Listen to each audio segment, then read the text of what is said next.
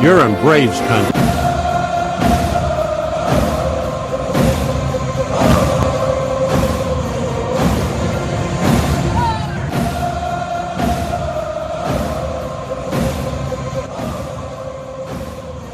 Good afternoon, Braves country, or whenever you're viewing this. So we're doing the Braves country today, which has been under the membership, and there's a reason why. Finally got them to agree to something.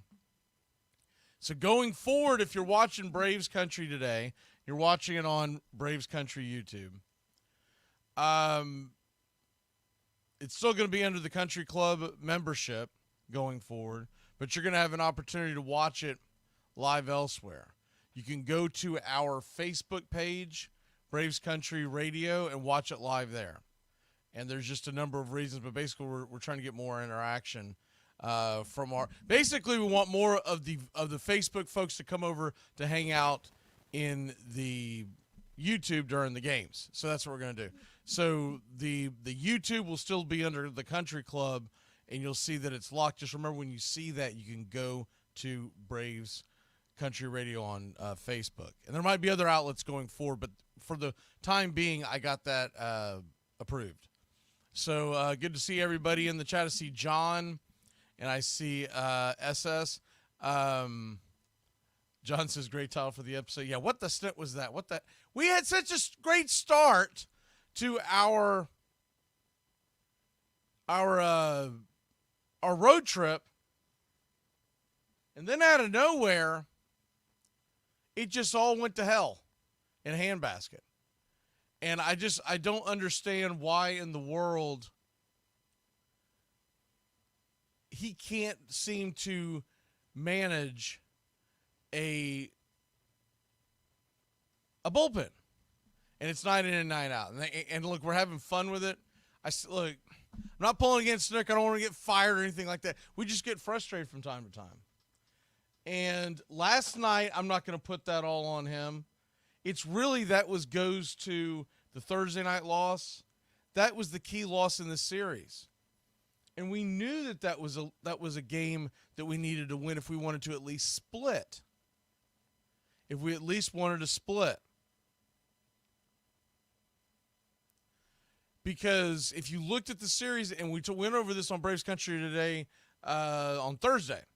We always do this right after a series and right before a series. We did it today because I've got a hectic schedule tomorrow, and it was better to do it today. I hope you're all having a great Labor Day. We won't be here long today. This is going to be a fairly short video.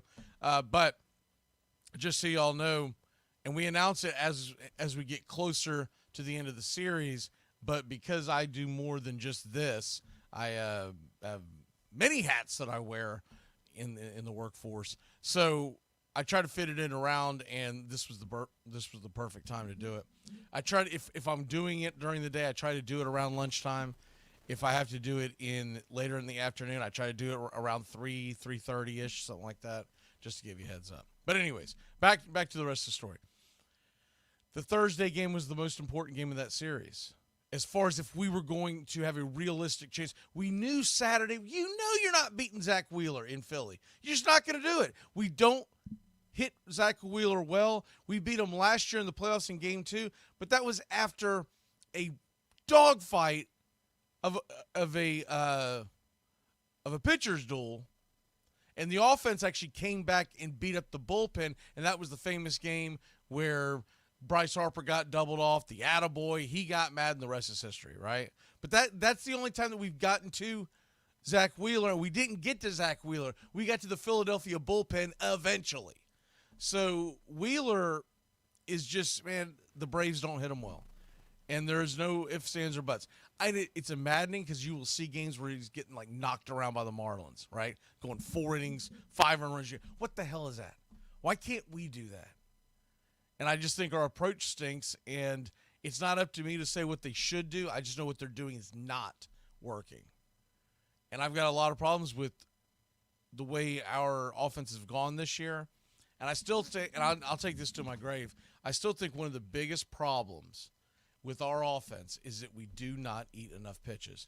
We don't work the counts. We're in there trying to we think we're ambushing. We're not ambushing. They know we're trying to ambush, and they're throwing the pitches where they're going to get you to get a little too aggressive and bang it into the dirt, and it's a double play. A little too aggressive, you pop it up, and it's a can of corn. And they're just time after time after time again, the offense gets outsmarted by the opposing pitching and the everything that's going on with their coaching staff, the opponent's coaching staff. They're out coaching us. They just are, because we have a good squad. Now, we've been hurt by the fact that currently we don't have Acuna. Obviously, he's done for the season. Put that aside. He's not a part of the team this year. You just got to throw it away. Just like Strider, he's just not there. It sucks. We're going to get him in free agency next year, essentially, and this would be a much better team. But right now, forget about him.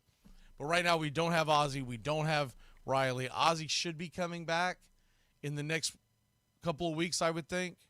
That was the timeline we were given, and everything looks like it's trending in the right direction. I'm hoping when we come back on Tuesday that we get some positive news on him. But I think Riley, best case scenario, is that we see him the first round of the playoffs. Most likely we're going to have to probably get through a series, maybe even two, to see Austin Riley. It's just not something that, and they don't want to rush him back, and he makes it worse, and then he's cooked for the season, and then what the hell have you done? So I do believe that if you put Ozzie over at short and put Whit over at third, and he's played all over the infield. He's got a great glove, and I trust Whit Merrifield, even though that's not his traditional position. I do believe that Whit Merrifield is the answer until Austin comes back. And when Austin comes back, if this team is still in it, that's a hell of a piece to have coming off the bench for pinch running duties. Think about later in the game when you want to take Soler out of the game, but you don't want to hurt your bat.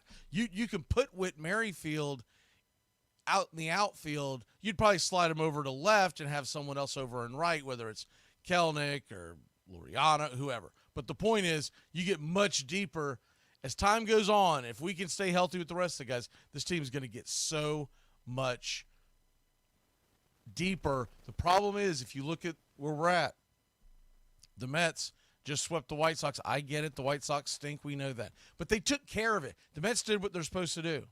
They didn't play with their food and lose 2 or 3 at the Rockies, right? I'm using that as an example, but you catch my drift.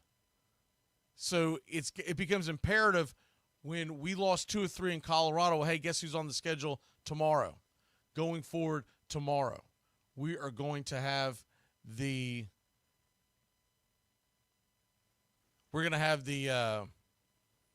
Colorado Rockies coming to town.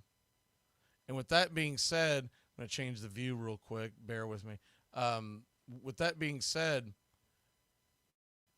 the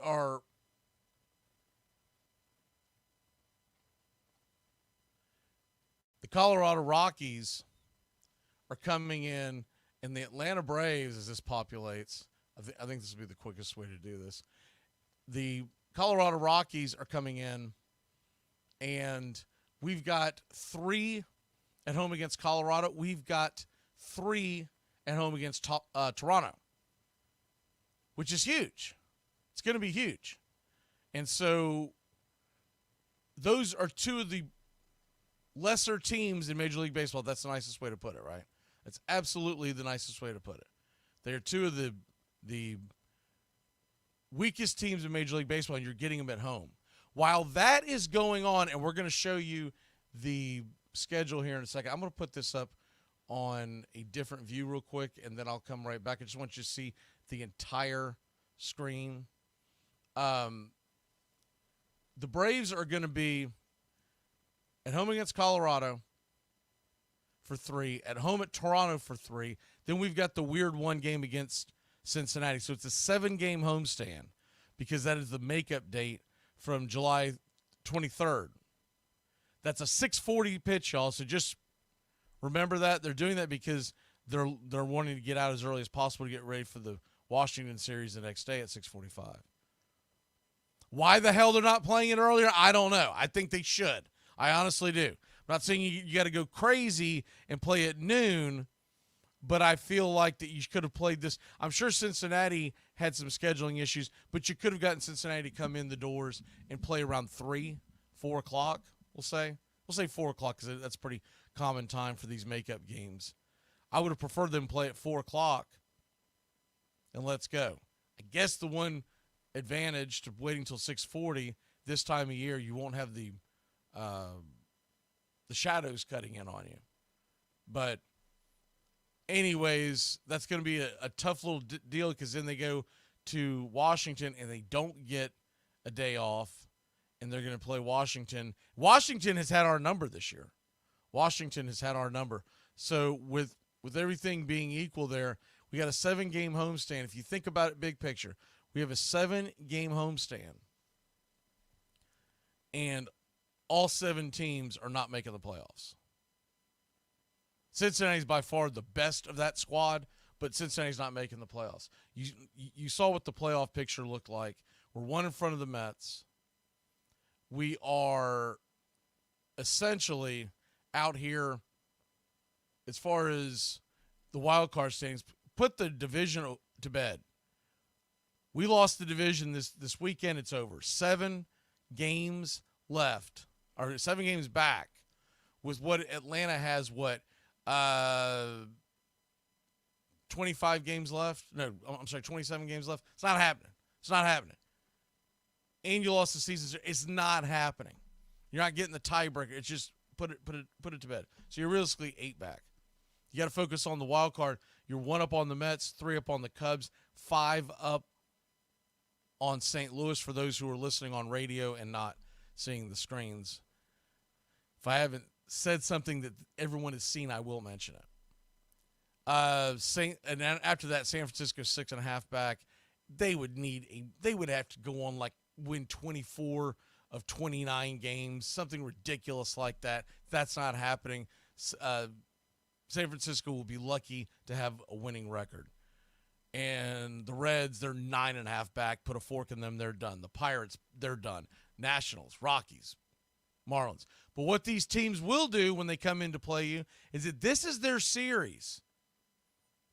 Because, especially as we get closer to the end, but as we get closer to the end, you're going to see the teams that we play. I'll give you an example. Later in the year, so we're talking about when we get here towards the bottom. I'm going to scroll that towards the bottom. You've got L.A. coming in for a 4-game series, and after that we go to Cincinnati and go to Miami.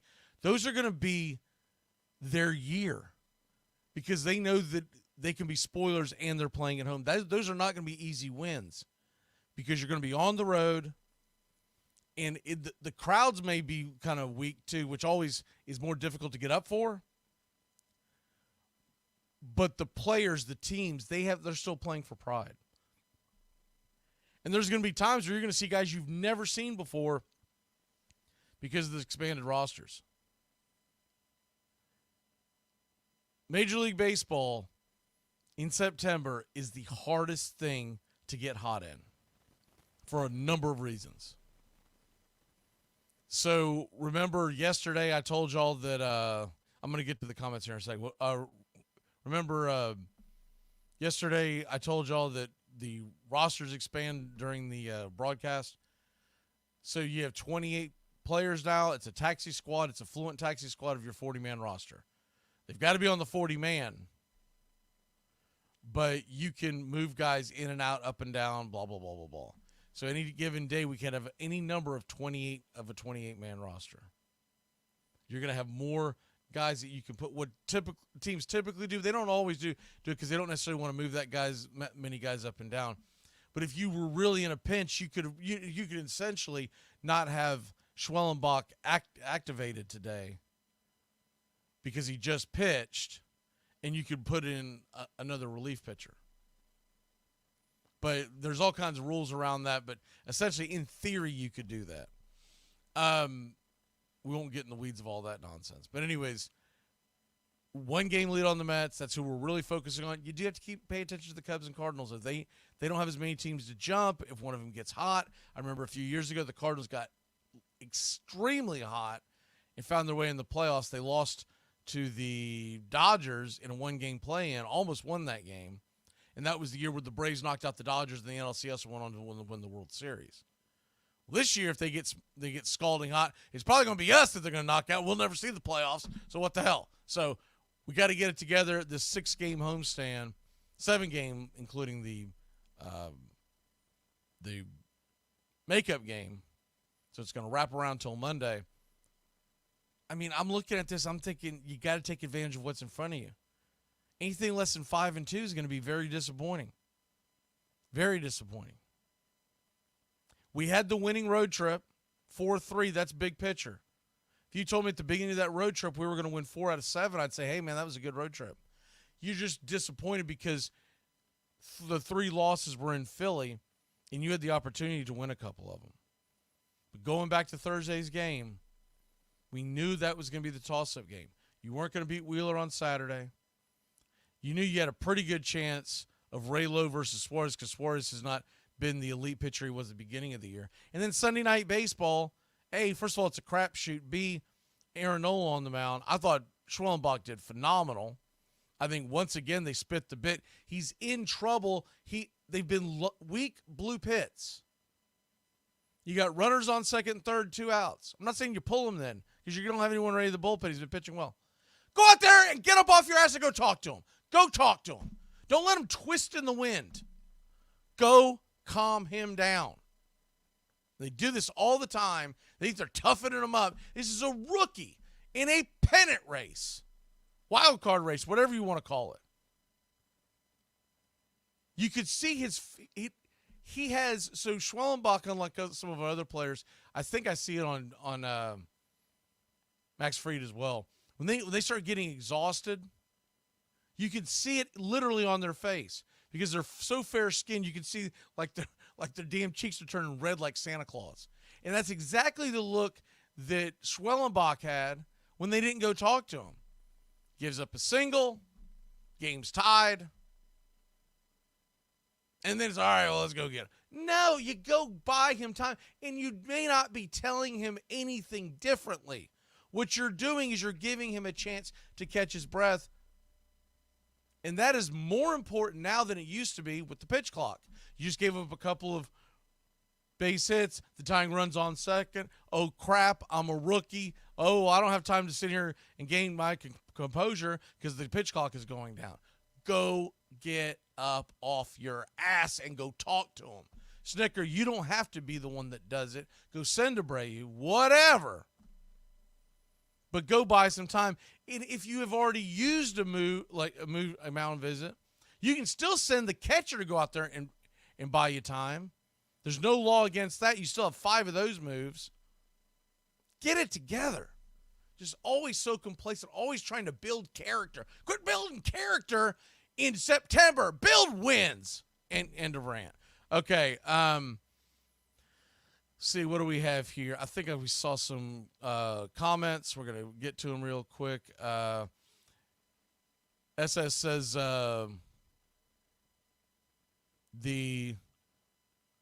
why did Lee was taken out of the game? He was doing well. Lee came in literally to get out of that jam. Lee came in, only got the 1 out, by the way, so it is a small sample size. I'm with you because it was a tie game. I kind of would have liked to have seen Lee go out for the 8th inning, so it gives you Johnson. It gives you Pierce Johnson possibly for extra innings if you need him. Not Aaron Bummer. I know Pierce hasn't been great, but he's been great in big spots like that. I felt like that they got a little too quick to the bullpen because then we get into extra innings. Once again, he got out managed once again. When we get to extra innings, we are what, 1, 2, 3, 4, 5. We 6 man in our bullpen. The Phillies, who essentially got the same out of Nola, he only got 1 more out than Schwellenbach. They were sitting at their 5th pitcher. And so the longer you go, the further you go into your bullpen, the less talent you have out there. Grant Holmes gave up the base hit, but that wasn't Grant Holmes' loss. That was Bummer's loss. But is Bummer the guy that you go to with the ghost runner to start an inning? I don't think it is. I don't think it is. I mean, he walked a guy, didn't get a strikeout. You want a strikeout in that situation because he's a ground ball pitcher. Okay, let's say Bummer goes out there and gets a ground ball. It's probably moving the runner over. So then now you've got and you've got to pitch him. So now you've got a guy on third and one out. You're going to have to bring the infield in. And a ground ball pitcher, it could be a worm burner up the middle. I would rather have a guy like Pierce in that spot because it's a sticky wicket anyways. The offense should have scored a damn run, right? You got a ghost runner. It's a little absurd that we go 2 innings in extra innings and we don't get a run. That's pathetic. That's not moving the runners over. That once again still goes back to the actual coaching staff. Yeah, you need the hitters to get the hits. But at the same token, if we aren't preparing for this all year long and we're not going to be prepared for it come October, you're in a situation. There's not a ghost runner in October. I get it. But you could have a situation where you need to get that run across. We don't have a whole lot of guys that have been bunting all year. They haven't been told to bunt. So in that situation, and I don't understand why teams aren't doing this more, but you have the ghost runner issue during the regular season. Why are you not having everybody taking bunting practice every single week? It doesn't have to be every day, but every week. Pick a day everyone's going to do some bunting practice. Because I don't know if I might need you to move him from second to third, and now one out, and then all I need is Ozuna to hit a fly ball. Olsen to hit a fly ball. Riley when he's healthy. So, anyways, once again, I just feel like they're constantly getting not just outmanaged, but it's the fundamentals that aren't being put in play. We are a 1980s American League baseball team. We sit back and wait for the 3-run home run. So, here we go again.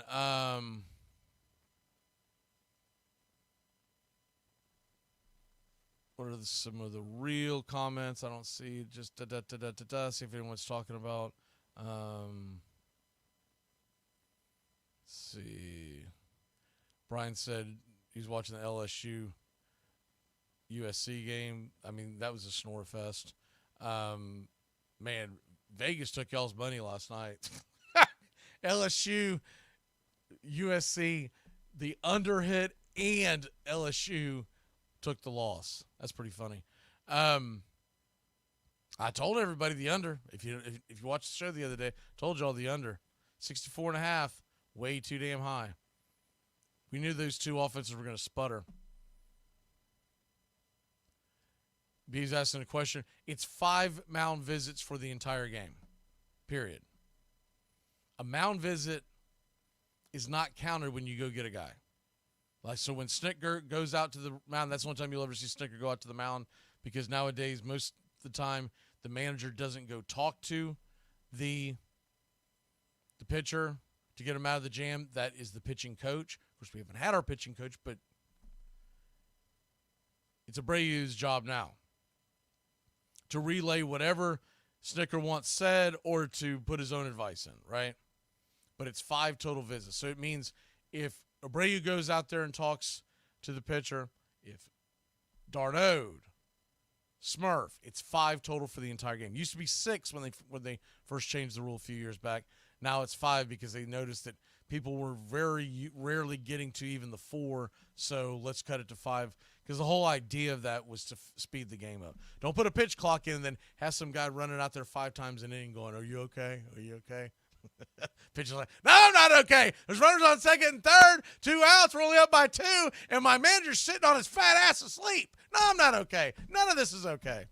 Okay, I kid. But anyways, Taku says, how do you feel about Merrifield, Williams, Laureano in terms of hitting production versus being an outfielder? Well, once again, the perfect scenario until everybody gets back is, look, Luke Williams got hot for a couple of games. Realize Luke Williams is not a good hitter.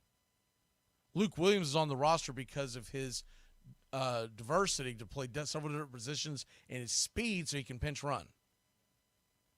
And he can slap some balls from time to time. But if he was a very good hitter, he wouldn't be in his late 20s and still realistically a fringe MLB player. It took him this long to be on a bench for his. This is his first real year actually being on a bench. In a perfect scenario, until Riley comes back, it's babyface Gio, because he's just he's a very good defender. He'll give you professional at bats. He doesn't have any pop either, but that's okay. He's filling in. As far as Laureano, I'll tell you this every time. Laureano needs to be in the starting lineup every damn game. If you want to take him out for whatever reason later, okay. But he gives you better at bats than Duvall is a disaster. The game has passed Duvall by, and it hurts me to say that because I was a big Duvall fan. I just like the guy. He's a good person. He's a good teammate. He came up with some big hits in 2021. We don't win that World Series without him, Duvall. Don't someone try to get you confused and think it was all Eddie Rosario and Jock Peterson and Jorge Soler. Adam Duvall was as big a part of that offense gelling together as anything, that outfield. He had some big hits. You could put him anywhere in the outfield. He was huge. He was huge. The 2022 division title. Because remember, we got him back, and the Braves got scalding hot, chased down the Mets. Adam Duvall was a big part of that. But the game's passed him by. Father Time is undefeated. Will we see glimmers from time to time? Yeah, you'll see, as they say, pushing the sun back up in the sky one more time, right? But he's mid-30s, essentially was a center fielder for us. That's not ideal. And as far as Merrifield's been phenomenal. Even when Merrifield gets outs, he normally gives you a good professional at bat. He'll eat pitches. He'll drop a bunt. He does all the fundamentals correctly, and he can get hot like he had the other night with the 5-for-5. But all in all, he's been phenomenal down the stretch. You look at Merrifield, he is, since he's come over to the Atlanta Braves, I mean, he came over to us batting, what was it, 199. It was right below 200. He's now 217, but you look at the last 30 games, a 240 average with the 752 OPS, which is solid. That's very solid. 800, I consider good, damn good. 900, you're talking about some of the better hitters in the game. And I know this is a smaller sample size, but I'm talking about during that stretch. And, of course, anything above 1,000 is elite. But he, in that stretch, he's only had the one home run, but that's fine. But he's also had 3 stolen bases in the last 30 games. I mean, he's been putting games together. He's also won a lot of game balls from us. B says that's stupid that you can have. Can you imagine how damn bored you would be if the catcher could go out 5 times an inning? I mean, get it together. Come on, we don't need that, because we'd be getting it too. We'd be sitting there going, dude, just let the guy throw the ball. So there's a definite reason for it. It slows down the game. It's the same reason why you can't stand outside the box like Nomar Garciaparra, just your damn gloves every single at bat. Yeah, I don't know what's going to be a bigger deal if the Braves get to, we'll say, the NLCS with all the injuries we've had, or that guy I told you all about yesterday that drafted 4 defenses. it's the same thing. So looking at the other thing that I did want to show real quick as we go to wrap this thing up, going to hit some big bullet points here. always like to react to the series, but we're going to look at ahead. But also the Mets, what are they doing? So the Mets, 1 game back. If you're bored tonight and you want something to watch, baseball-wise, the Red Sox are in New York to face the New York Mets. That's not nothing. That is a big series for the Mets. They're coming off smelling themselves a little bit. They had a very good road series. I believe 7 of 10. I believe that's what they're at. I'll check in a second. But they got the Red Sox for 3, Cincinnati for 3, all at home. We know the back end of that, Cincinnati's not been playing good baseball, so it's going to be tough. We're going to be pulling for the Reds, but it's going to be tough. And then they're at Toronto for 3, and then they're at Philly. The big thing that I took away from this, I took some notes on this. So they have 3 at Philly and 4 at home against Philly down the stretch. That's big. 7 games against Philadelphia, and it's before Philadelphia would start wrapping things up and they're going to want to continue to win. A, they want the best record in the National League. B, you don't want to get rusty, and the Phillies usually own the Mets. So that's big. While they're screwing around and playing them, we're going to be playing teams like the Reds and the Nats. So go Phillies the rest of the way, especially when they run into the Mets. So that to me is going to make the difference. How the Mets play those 7 games against Philadelphia over the next few weeks, and that all begins September 13th, and they play them in in a 10-day span, they will play the Phillies 7 times. Now, the problem with that is they'll see each other so much, Phillies aren't likely to go out there and sweep them. They're going to see each other so much. But what that means is that they'll probably, best case scenario, Philly wins 5 of 7, 4 of 7. Well, then the Braves have to take advantage, and when that's going on, and the Braves are playing teams like this week when they're at home against Colorado, at home against Toronto, you need to take care of business. So, the big picture is, if you've paid attention to the Mets at all, and I know a lot of y'all in the chat have not, you get laser focused on your team and, some blowout college football game over the weekend or whatever, some Power 5 playing the School for the Blind. But the Mets, the one thing I'll say about them this year, it's different that I've noticed. They've got team chemistry. Those guys play for each other. They never feel like they're out of it. And that's not nothing when you're talking about going down the home stretch. I'm just hoping that the totality of their roster can't keep this up, because their offense shouldn't be doing as great as they've been doing. They have been playing well above expected. The New York Mets may not be getting the playoffs, but their manager could become manager of the year. Because what he's done with that crap roster, remember, they sold everything away. Yeah, they got this huge salary, but a lot of those guys are not wearing a Mets uniform. They rebuilt the whole damn thing. So they're a gritty bunch. They're not like the teams that I've seen in the past where I felt like that the Mets would, you're just waiting for them to implode. Braves are going to have to fight them off. I don't think they're just going to fall apart. If they were going to fall apart, they would have fell apart on that 10-game road trip. They did not. And that is usually a sign of a team that you're going to have to kill them. They're not just going to die. So, with all that being said, just keep an eye on what the Mets are doing, because the most important scores right now, the Braves and whoever the Mets are playing, go them. And honestly, the Cubs, you need to keep an eye on them. 3-back little hot streak could get them right back in it. And we don't play them at all. We do get the Mets for 3 to end the season that last week. The Mets have to go to the Brewers, which sounds scary. Remember something. The Brewers will have the division wrapped up. and I don't know if we're going to get their best effort over that weekend.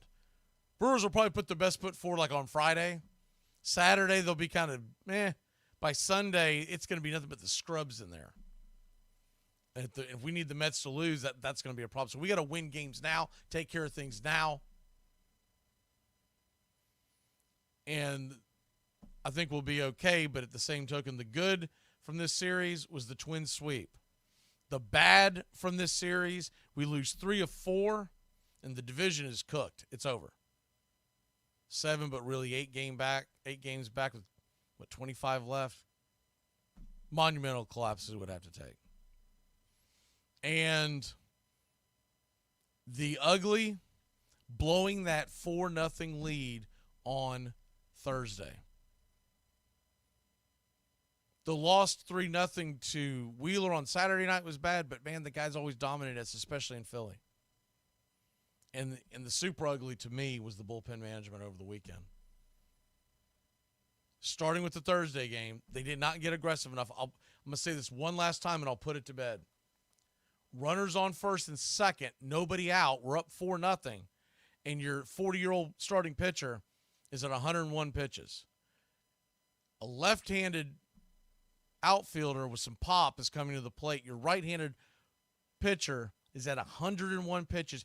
You've got a lefty warm in the bullpen who, oh, by the way, you went and traded and gave up guys like Schuster and whatnot in the offseason to bring him in such roles when it was first and second, nobody out, because he was a ground ball pitcher.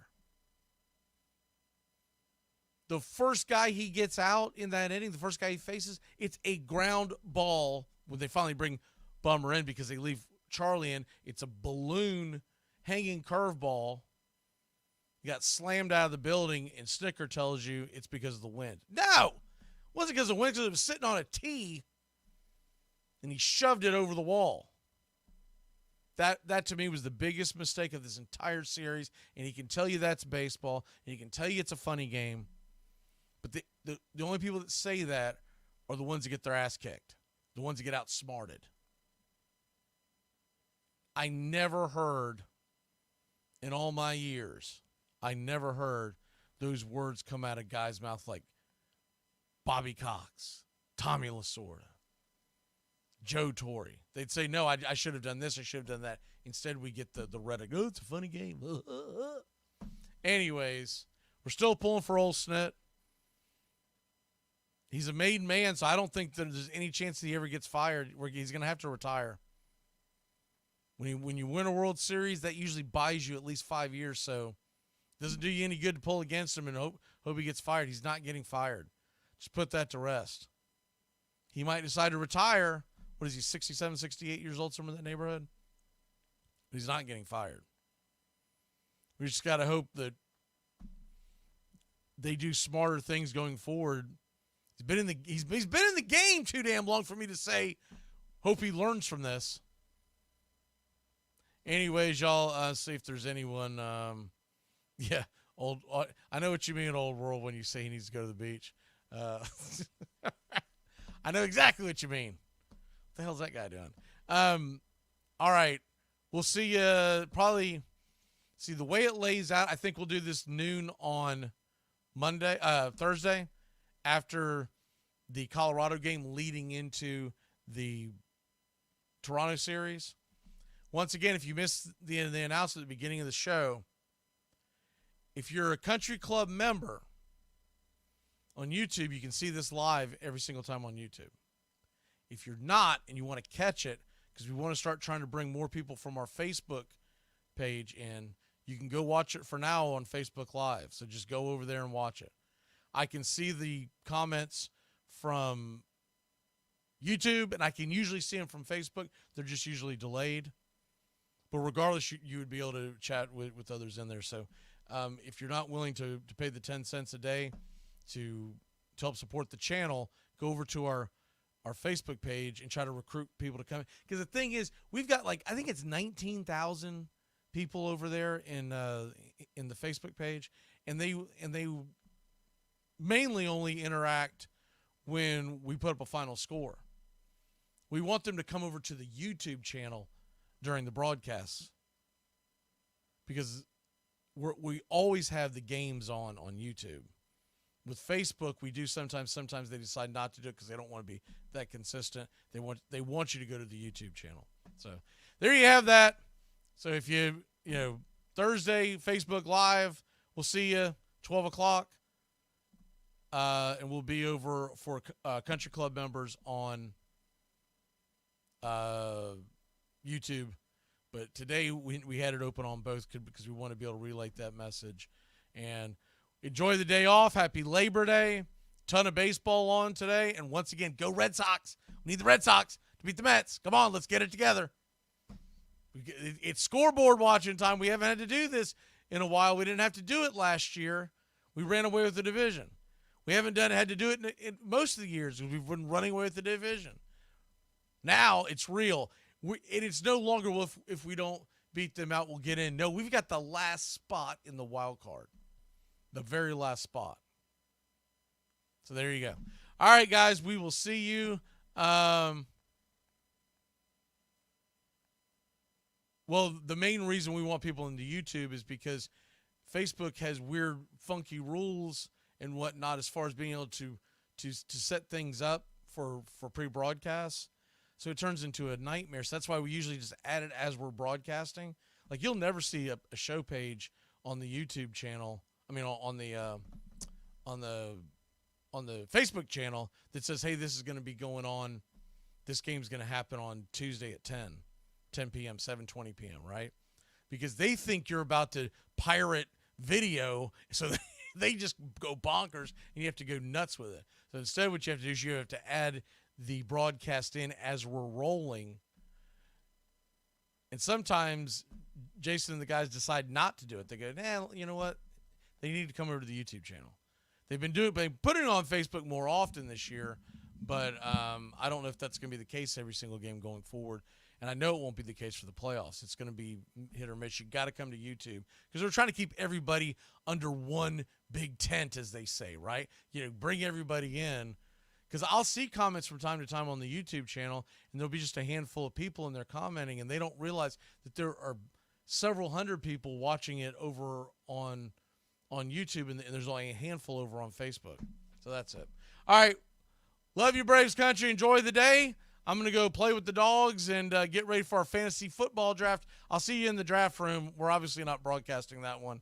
I need to clock out. But I'll see you in the draft room. And, Beav, remember, you can't have enough defenses and enough quarterbacks. Have a great one, Braves country.